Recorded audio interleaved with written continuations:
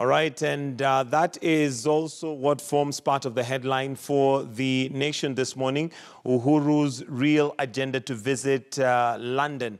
And Kevin, of course, the president has been out there basically ensuring that he's representing and doing what he could for Kenya. But one of those, of course, standing out is that particular story on malaria, which has continued to be a big problem in this country. And in Africa in general. Indeed, and I think discussions around malaria and the clamor to be able to, well, let me say innovations to be able to come up with a vaccine have been here with us for quite some time. I think the upcoming Devolution Conference, where universal healthcare is going to be one of the big discussions, really sets the pace for how Kenya is prepared to be able to deal with this issue. And I like the fact that the president is already putting it at the global stage, so that then we're able to look at what are the opportunities for not only learning internally, but also borrowing from what other countries are doing. Africa is really one of the, it's said by research that one of the biggest killers of, one of the biggest killers of communities in Africa is indeed malaria. And so we are hoping that the conference will be able to also give opportunities for doctors who come from other parts of the world to be able to give us, share their stories, successes, and indeed that I think during the break you were showing us a story on BBC that there are doctors from Western Kenya who are already setting the pace to be able to come up with a vaccine. And so we hope that these kind of stories will be propelled out up there during the conference. The only unfortunate thing is that Kenyans are very highly innovative. We don't see support and investment that is put forward to be able to motivate and also to set very sustainable and long-lasting conditions for these kind of innovations to be able to thrive and to prosper. So we are hoping that part of the discussions probably would be, and part of what the president would be doing in London would be to be able to look at how can we be able to sustain some of these innovations that are homegrown and not necessarily seeking to want to borrow from outside, and then sustainability issues become a problem to us. Sandra? I like what I'm reading for two reasons. One is that it's a show of commitment and consistency in terms of what the president and the government in general promised in terms of the big four. Health being one of the issues of focus within the big four agenda, where the president has intimated over and over again that he intends to ensure that every Kenyan has access to quality health care in line with the constitutional right, where everyone is entitled to access to quality health care. And so this is a good step moving forward. And from what I read here, that a good number, 14.28 billion has been given through the UK government, which will be channeled through the Global Fund, and the Global Fund being one of the major funders of some of the activities, health-related activities within the country. Then it is my hope that this money is going to be used for exactly what it's been put there for moving forward, to ensure that we are eradicating not only malaria, but also focusing on the other diseases that affect Kenyans and improving in general our healthcare system. The second one for me is the fact that we are embracing global and international relation systems, where we are saying Kenya is positioning itself very strategically to ensure that it has partners not only within the region and not only within the continent, but also at the global perspective. And you see here is written, we are not looking east or west, we are looking for friends and partners. Because that is what is really, really important moving forward, given the position of Kenya as a country, the ambitions of Kenyans as a people, and where we want to go, given our Vision 2030 and the other blueprints. All right, and we hope that we continue moving constantly and steadily towards Vision 2030. Now, residents of Vumilia area of Donholm Estate here in Nairobi are still reeling in shock after a 31-year-old woman killed her two children before she killed herself. According to residents, the woman may have first poisoned the children and herself before staging a scene to look like they died from strangulation. Rita Tinina with the details. In Vumilia area of Donholm, grief, shock and disbelief.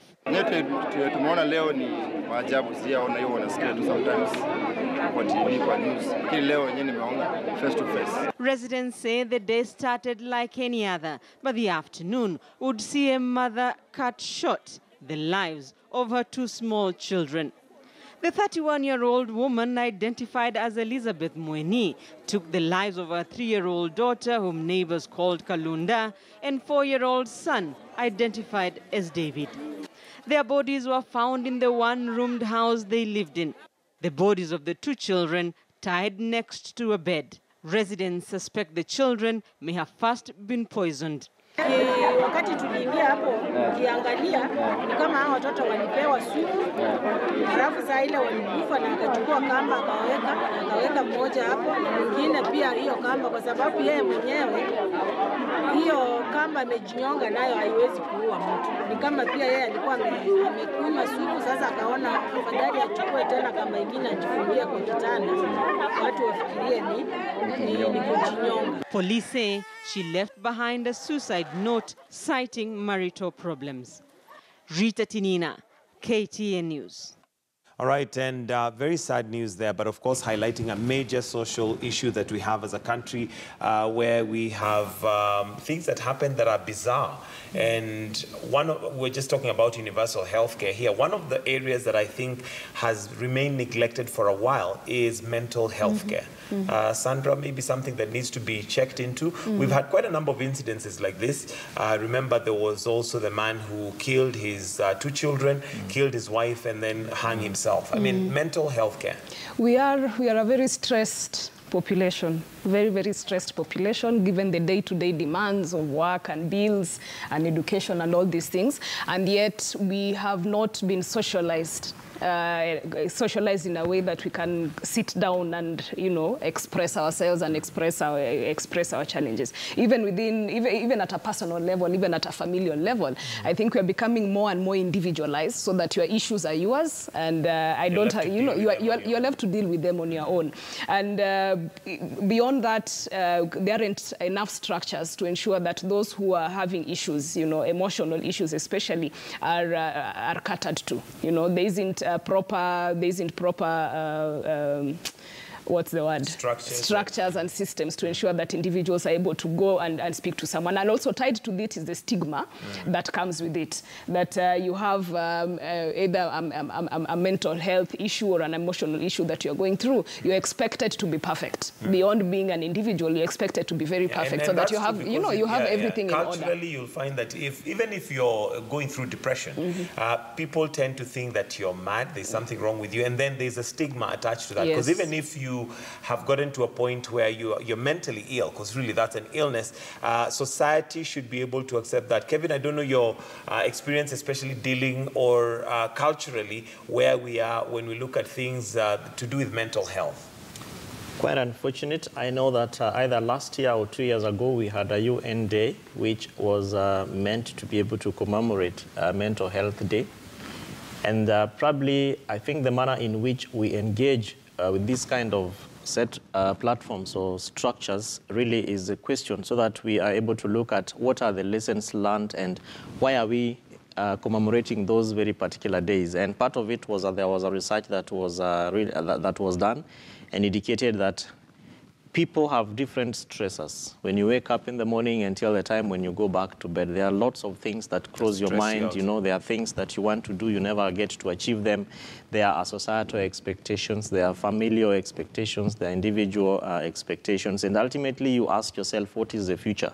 Can I be able to define my future and to defend it, so that then I'm able to stand and say, I lived a life that was that I am grateful for, and that people are able to learn, and to learn from my way of life. And we don't see society building up towards that kind of resilience. So people want to be individualistic. We want to deal with our issues at our own personal levels.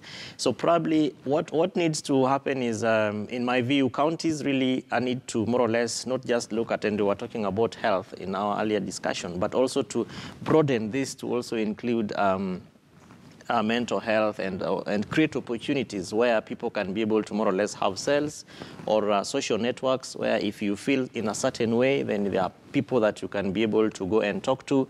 We need to have open places within county governments or within health facilities where, you know, it is publicly known and awareness is well created so that people know that when you see these kind of signs in a person, then please advise them or refer them to this particular facility, and we have people will be able to speak to them. Otherwise, one of the other tragedies, Mike and Sandra, my friend, is that over time we come here, we talk about these issues, and as you introduced the story, you also alluded to another story where someone killed the children and then hung himself. What happened? When police went to investigate, we spoke about it, it was put on headlines, and then what happened? We are talking about this today, happening in Donholm, and these are just the reported cases. There are lots of other cases out there that are not reported. And so what lessons can we learn, and really how do we deal with these, and then what are the frameworks that then can be able to sustain opportunities to help Kenyans live in peace, and then our gross national happiness. All right, and well, talking about stories that happen and possibly not much is done about it, allegations of child swap have hit Nairobi's Huruma Nursing Hospital after a mother was informed she had a stillbirth, only for a breathing baby to be brought to her moments later. Caroline B. spoke to a mother who recounts an almost similar situation when she booked in to deliver at the hospital. At the Huruma Nursing Hospital in Nairobi's Mathare constituency, curious onlookers gather outside the nursing home to follow proceedings after the management locked themselves inside, following accusations fronted by a relative to one Lydia Kiluma, who delivered in the hospital Monday night, saying her baby was swapped with a dead one, wrapped and placed in a box. Immediately she gave birth. According to doctors, Lydia had a stillbirth. Tukapatiwa mtoto mwenye ako kwa box. Sasa ikawa nimeshtuka sana. Sasa ndio niliwauliza kwa nini wamenipatia mtoto wako kwa box na wameniambia ni buy pampers. Ikiwa mtoto alikuwa amekufa, kwa nini mlikuwa mnaniitisha pampers? Wakamwambia, ikawa sasa ni kama sistangu aliniambia ni kama waliona wamekuwa rudi kwake, ndio wakarudi tena wakamwambia ilikuwa inconvenience. Wakamwambia kuja, mtoto wenu wako hapa, ndio tunamvalisha nguo. She was, however, given a child believed to be hers after Lydia's sister created a fracas until the nurses brought another baby live and kicking. All this happened while Lydia was too weak to know what was going on. According to area residents, this is not the first time such allegations hit the hospital. Iko mbeleni hata pia hivyo tu. Tunaniniwa watu akikuja akiwa na mjamzito wa mama tunaleta na tunatoa akiwa maiti. Sasa tunaomba at least wangeafungua mlango yani tujue ukweli. After reading the story published on the Wednesday Standard about the swap, Esther Chepkoech, not her real name, opened up about what befell her when she delivered her second child. She says a close friend recommended the hospital but warned her to be careful as such exchanges occurred. Ikafika mahali nikaambiwa huyu mtoto hata kufungua njia ameshindwa kufungua njia, inamaanisha huwezi deliver normal vile unafikiria. Nikasema mimi mwenyewe najijua, wacha ningangane mpaka asubuhi ndio tutajua what next. Vile tulifika asubuhi 6 nikapelekwa sasa labor room. Huko nikaambiwa ndio hizi form ujaze uende theater, juu mtoto kweli hawezi zaliwa normal. Nikamwambia I can't. Mimi nitazaa mtoto wangu normal. She says she made friends with a young doctor, probably an intern in the hospital, who also advised her not to sign the cesarean operation forms she was being forced to. After kuzaa mtoto wangu normal, wakataka kubeba mtoto, sijua aende wampanguze, wampime kilo. Nikamwambia mtoto wangu apimwe kilo apart from mali ninaona. Daktari mwenye alikuwa hapo akawaambia huyu angedungwa shindano ya kumfanya apumzike juu ni kama amechoka, ni kama hiyo uchungu imemfanya vile anaongea sio yeye. Nikamwambia I'm very normal, niko tu sawa, sina shida. Hapo ndio nikachukua mtoto wangu nikamweka lebo yenye imekuwa kama padmark mpaka saa hii. Just like Lydia, Esther vowed never to seek services in the hospital, fearing something worse could happen to her child. Na ilinipea uoga mpaka sikurudi huko clinic. Sasa notification yake iko huko. Hajapata birth certificate mpaka saa hii. Juu notification imekuwa tu ni ukora, ilichomeka, ilipotea, lakini iko Huruma Nursing. Efforts to speak to the hospital's management proved futile as they declined to speak. The gates to the hospital were locked and only staff and other persons vetted by the security guards were allowed access. A lady identified by area residents as the hospital's proprietor fled off after escaping using a different gate. Caroline B., KTN News. Again, a very sad story, and again, issues that are seem not to be addressed.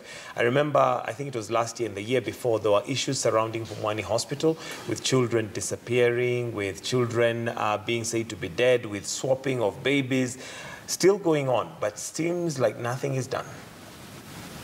Sad, quite unfortunate. Should not happen, especially in our country where we're now talking about investing in healthcare.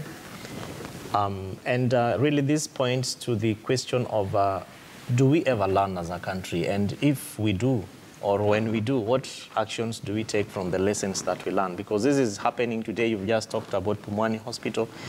A few weeks ago, we were talking about Kenyatta National Hospital, and our CEO had to be, sent home. There was political drama, and after that, what is happening and what lessons are we learning? But now that you bring that up, I wonder what's going on that front. Yeah, so I think that sometimes it's because of the manner in which we are socialized. We are not very keen to be able to just follow up situations and scenarios and learn from them.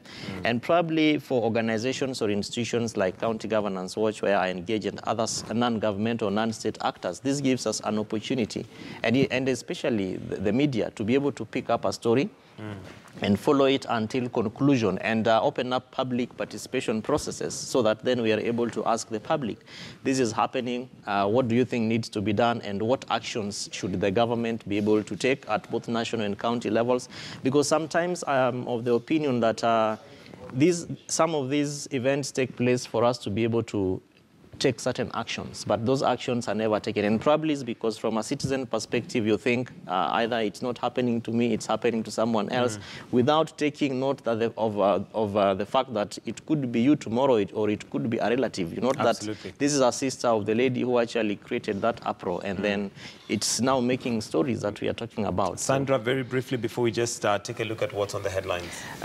For me, it boils down to individual morals and individual accountability, not the systems and structures that the government has put in place, not the amount of money that it's giving. It boils down to individual accountability and individual responsibility.